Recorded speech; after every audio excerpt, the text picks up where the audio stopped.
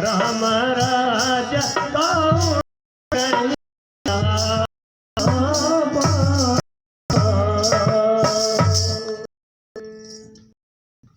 जब भगवती की शरण में हो जाए तो किसी तरह के पाप ताप उसको पीड़ा नहीं पहुंचा सकते,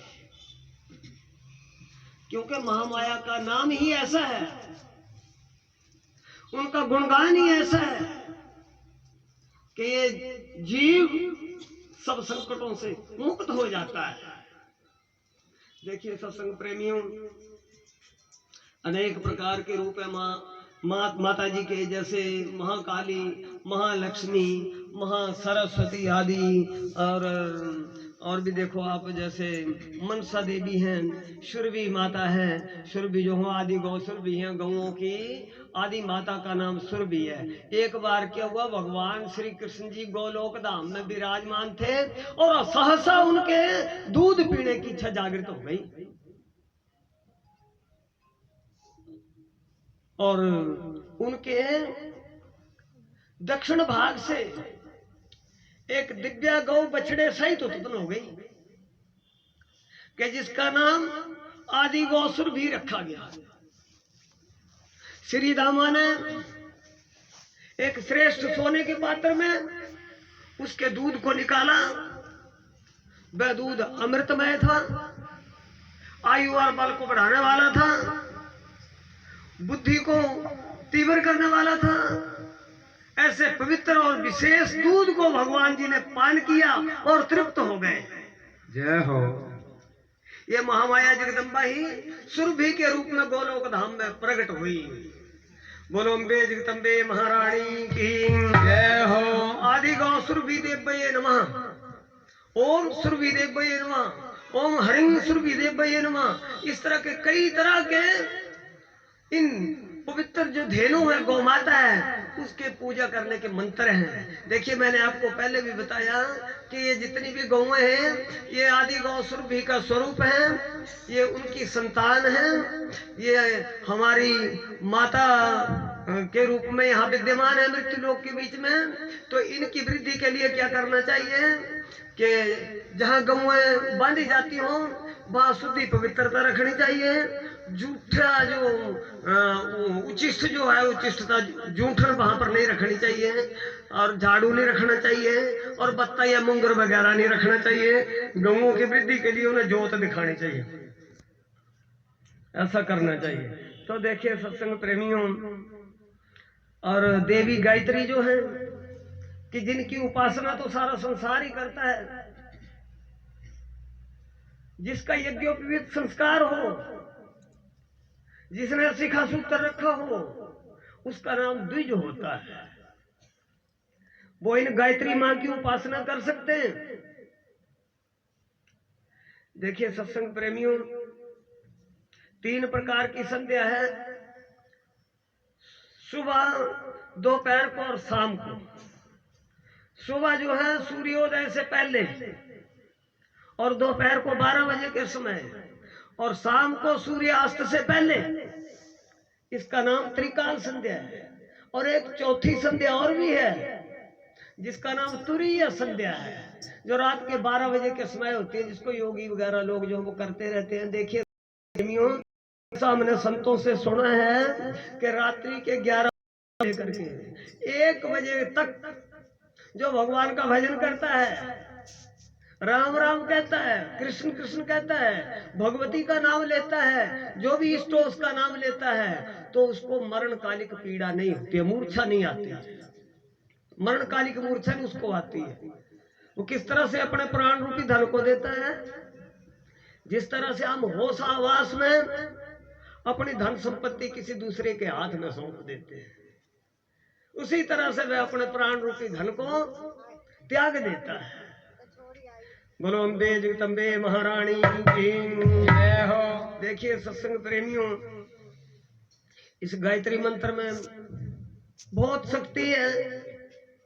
अगर किसी को भूत प्रेत इत्यादि की कोई पीड़ा लग गई हो, कोई इस तरह से व्याकुल हो, तो उसको 108 बार पानी अभिमंत्रित करके गायत्री मंत्र से उसको पिला दिया जाए, उसके ऊपर छिटक दिया जाए तो से मुक्त हो सकता है।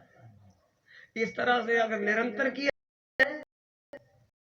तो भूत प्रेत आदि ग्रस्त उसका हो सकता है। देखिए सत्संग प्रेमियों,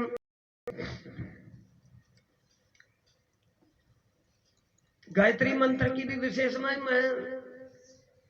श्रीमद् देवी भागवत जी के बीच में श्री शिव भगवान की महिमा का भी गुणगान किया गया है। भगवान शंकर जी जो है वो भस्म प्रिय है, रुद्राक्ष प्रिय है, उनको रुद्राक्ष बहुत प्रिय है। देखिए सत्संग प्रेमियों, रुद्राक्ष जो है ना, एक मुखी से लेकर के 14 मुख तक पाए जाते हैं। इनमें जो पहला है ना, एक मुखी रुद्राक्ष, ये दुर्लभ है और परमात्मा तत्व का प्रकाशक है। अगर इसको कोई धारण करे तो उससे उसके हृदय में सहजी भगवताकार वृत्ति उत्पन्न हो जाती है। बोलिए कैलाशपति शंकर भगवान की जय हो। और 2 मुखी जो रुद्राक्ष है वो अर्धनारीश्वर का स्वरूप। देखा है ना आपने चित्र के ऊपर, एक और बाबा जी बैठते हैं, एक और माई जी हैं, दुर्गा जी और शंकर जी इकट्ठे रहते हैं, तो ये उनका है। और 3 मुखी रुद्राक्ष जो है अग्नि का स्वरूप है। इस अग्नि द्वारा स्त्री आदि हो गई दूर हो जाती है इस रुद्राक्ष के धारण से। और 4 मुखी रुद्राक्ष जो है वह ब्रह्मा का स्वरूप है। ये बहुत श्रेष्ठ है। इससे ब्रह्मा देवता की महती कृपा हो जाती है धारण करने वाले के ऊपर। और 5 रुद्राक्ष जो है पंच ब्रह्म का स्वरूप है। पंचायत होती है हमारे यहाँ, वैसे देवताओं की भी पंचायत है। दुर्गा की पंचायत अलग है, सूर्य नारायण की पंचायत अलग है, विष्णु भगवान की पंचायत अलग है, गणेश जी की पंचायत अलग है। इनमें अलग अलग देवता आते हैं, जैसे ब्रह्मा, विष्णु, शिव, दुर्गा और गणेश। ये पंचायत, ये 5 बनते हैं, 5 को पंचायत कहते हैं। तो ये ऐसे पंच ब्रह्म स्वरूप है। और जो 6 मुखी रुद्राक्ष है वो स्वामी कार्तिकेय और गणेश जी का भी स्वरूप है, शिव के पुत्रों का स्वरूप है 6 मुखी रुद्राक्ष। इसको धारण करने से भगवान गणेश जी की, स्वामी कार्तिकेय जी की विशेष कृपा मनुष्य के ऊपर होती है और उसके जीवन की अनेक प्रकार की विघ्न बाधाएं दूर हो जाती है। जय हो। और जो 7 मुखी रुद्राक्ष है वो 7 मातृकाओं का स्वरूप है। 7 मातृकाएं होती हैं, जैसे हम घी से जब किसी के घर पूजा पाठ करते हैं तो 7 रेखाएं घी से लगाते हैं, उनका 7 मातृका नाम है। उनके अलग अलग नाम भी होते हैं, विस्तार के भय से यहाँ वर्णन नहीं किया जाएगा क्योंकि समय थोड़ा है। अभी बोलते हैं ना कि रात थोड़ी कर सपने मते, यही साथ है। तो 8 मुखी रुद्राक्ष जो है 8 मातृकाओं का स्वरूप है। 9 मुखी रुद्राक्ष जो है वो यम का स्वरूप है, यमराज का। जिसको धारण करता है उसको यमराज की पीड़ा व्यापक नहीं होती। और 9 और जो 10 मुखी रुद्राक्ष है वो 10 दिशाओं का अधिपति है, 10 दिक्पालों का स्वरूप है। हमारे 10 दिशाएं हैं ना, उनके 10 स्वामी हैं। जैसे पूर्व के इंद्र, अग्निकोण के अग्नि, दक्षिण के यम है, नैऋत्य के नैऋत्य देवता है, पश्चिम के वर्ण हैं, वायु के वायु हैं, उत्तर के कुबेर हैं, ईशान के शिव हैं। और इस तरह से ना ये दिशाओं के स्वामी जो है अनुकूल हो जाते हैं। और 11 मुखी रुद्राक्ष जो है एकादश रुद्रों का स्वरूप माना जाता है। 12 मुखी रुद्राक्ष महाविष्णु का स्वरूप है और 13 मुखी रुद्राक्ष कामदेव जी का स्वरूप है। और 14 मुखी जो रुद्राक्ष है वो साक्षात भगवान शंकर जी का स्वरूप है। जय हो। देखिए फिर इनके धारण करने की भी विशेष विधियां बताई गई हैं। कितने रुद्राक्ष धारण करने से कौन सा कार्य सिद्ध हो सकता है, कितने रुद्राक्ष भुजा में धारण करने चाहिए, कितने सिर पर धारण करने चाहिए, कितने गले में धारण करने चाहिए, कितने कमर में धारण करने चाहिए। ये शिव उपासक जो है भली प्रकार इसके बारे में जानकारी प्राप्त करके इन रुद्राक्षों को धारण करते हैं और भगवान शंकर जी को प्रसन्न करने का प्रयत्न करते रहते हैं।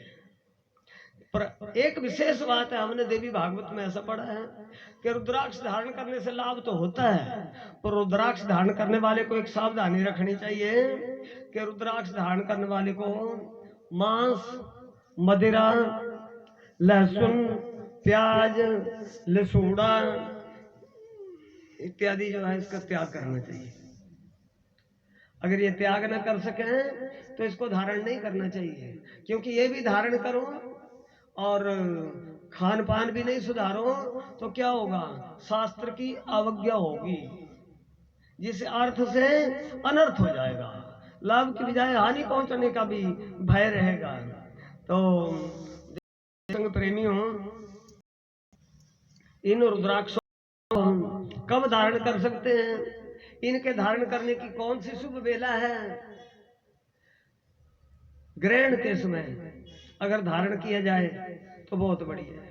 सोमावती अमावस्या के समय सूर्य के विषुवत रेखा पर आने पर जब दिन रात बराबर होते हैं, पता नहीं 22 मार्च ऐसा, तो 2 बार होते हैं दिन रात बराबर साल में, तो तब धारण कर सकते हैं इनको।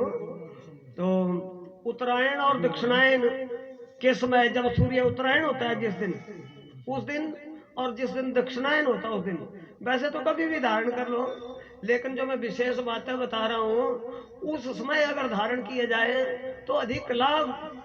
और ये जो रुद्राक्ष है मनुष्य के शरीर में ऊर्जा उत्पन्न करने वाला हो जाता है, और किसी भी संक्रांति में, किसी भी पूर्णमासी में, अमावस्या में, या और भी पुण्य दिवस आते हैं, जैसे त्योहार आते हैं, दिवाली आदि आती है, तो ऐसे पुण्य पर्वों के ऊपर रुद्राक्ष जो है धारण किया जा सकता है।